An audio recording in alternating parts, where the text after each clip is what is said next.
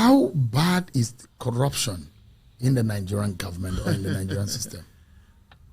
Some of the things I recovered were returned back to, people will recover those things from.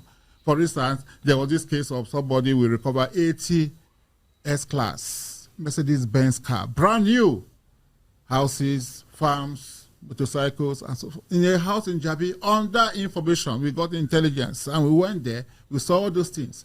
I wrote to the customs, the DG of customs, do these people pay custom duties on these vehicles?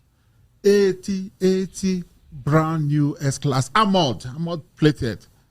The CG of customs said no, they didn't pay. I wrote to Federal Inland Revenue Service. Did these people pay tax? If you are importing, if you have this kind of vehicles, if you have money to buy this kind of vehicles, you should pay enormous tax to the Nigerian government. They said no, they don't have any record of them paying tax. So we went to court. We got an order of official, and then the court asked us to, we should take custody of those things. It's interim for official, pending the hearing of the case. So I did a memo to the Attorney General to brief him of what we were doing. But later on, the Attorney General said that all the cases are investigated. They never mandated me. One of them was, came through Panama Papers. You know about the Panama Papers? Mm-hmm.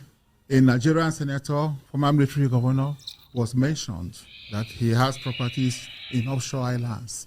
Since I didn't have the structures to investigate this issue, which is overseas, I went to the DG, NIA, said, look, please, let us work together to do this investigation. And they did the investigation. The report was sent to me. I sent one to the president and I sent one to the Attorney General that this man has over 200 million pounds in the offshore islands. A former governor, a sitting senator. He's no longer in the Senate. No, at the time. At that time, he was a sitting senator. But he had been president of the Nigerian Senate. But nothing happened. Not till today. What of the $69 billion? I got a letter, I didn't prompt them, from an American law firm saying that they have assets or access to a bank account in Texas that has over $69 billion US, proceeds from stolen crude oil.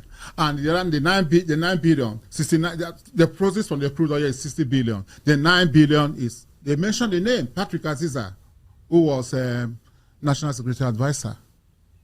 And I thought it was beyond me, so I wrote to the president that this is what this firm has, alleged. Yes, that they are asking for money, that if we make some payment available, that they will give us the bank, not the holders of the account number, the bank accounts, and so forth and so on. So I went to the president and said, approve, so that we can recover this money. 69 billion, it's a lot of money.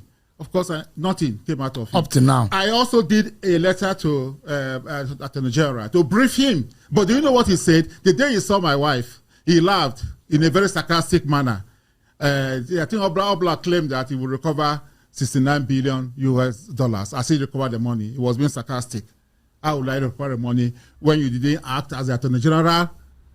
Somebody has said, look, we have $69 billion of Nigerian money in a bank account in America. And the government did not take action. Nothing. Look, it's in the media. If you look at Punch published the story. Punch published this story. Even when Buhari was in office, he did.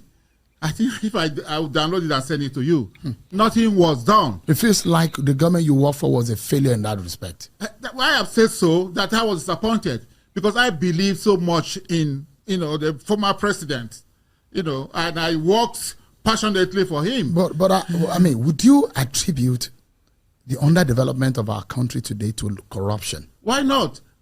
Look, if you can, somebody can take $69 billion out of Nigeria. If we have $69 billion, our universities will change our polytechnics, our secondary schools. We have water.